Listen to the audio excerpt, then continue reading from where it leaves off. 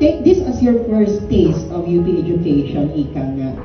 That focuses on the key concepts and skills in both math and English.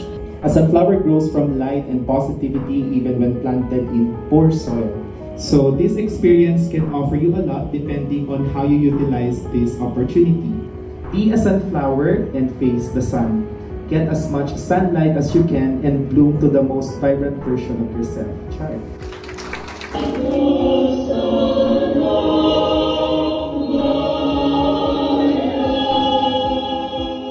Congratulations for making it to UP Visayas.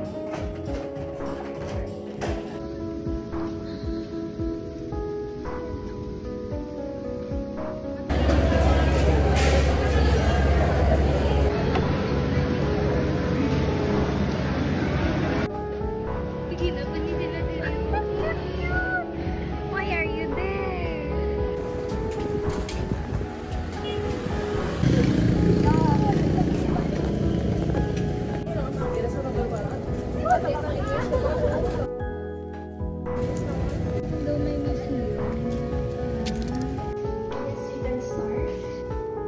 Mary Kessiel.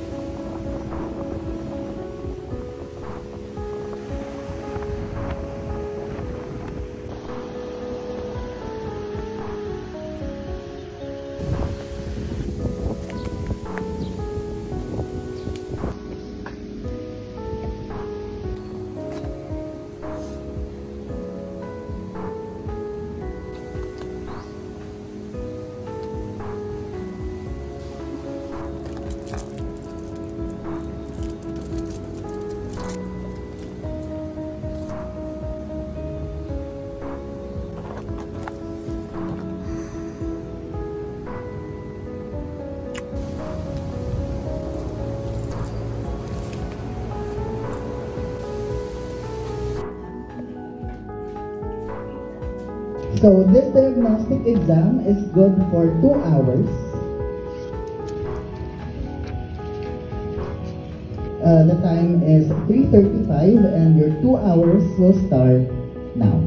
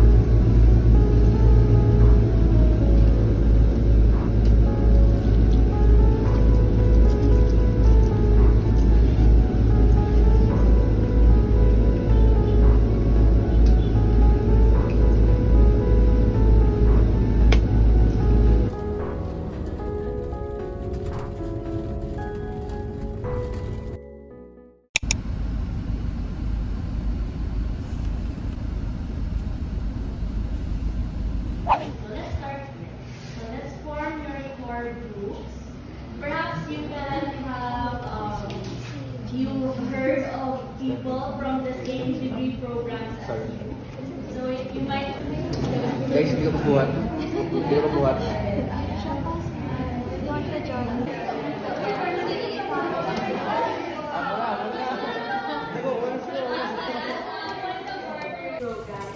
Specifically, the English bridge program is for you. When it comes to that, was the time when you took during the reading comprehension portion, right?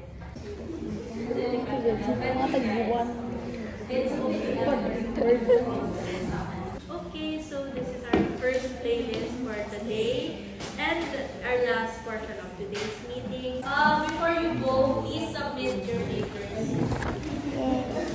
I'll see you all tomorrow at 8:30. Bye and thank you, ma'am.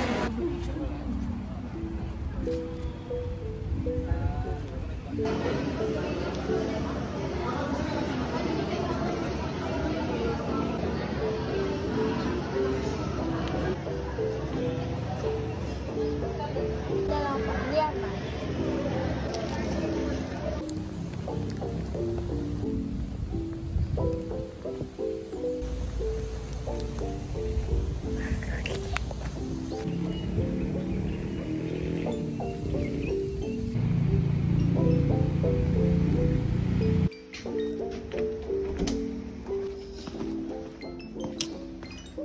Hello, it's nice to meet everyone, and I'm very, very happy to share this honor of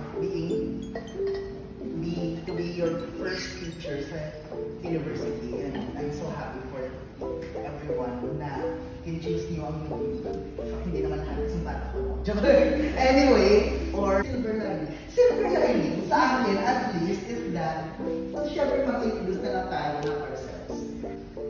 Okay, di na ako mag-start. Syempre usually sa tubang mag-start. Pero sa likod ko yung mag-start. Yes ma'am, wala ka na.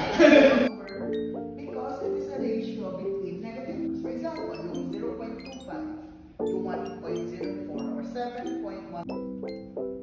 On a very special case, so that's equal to that.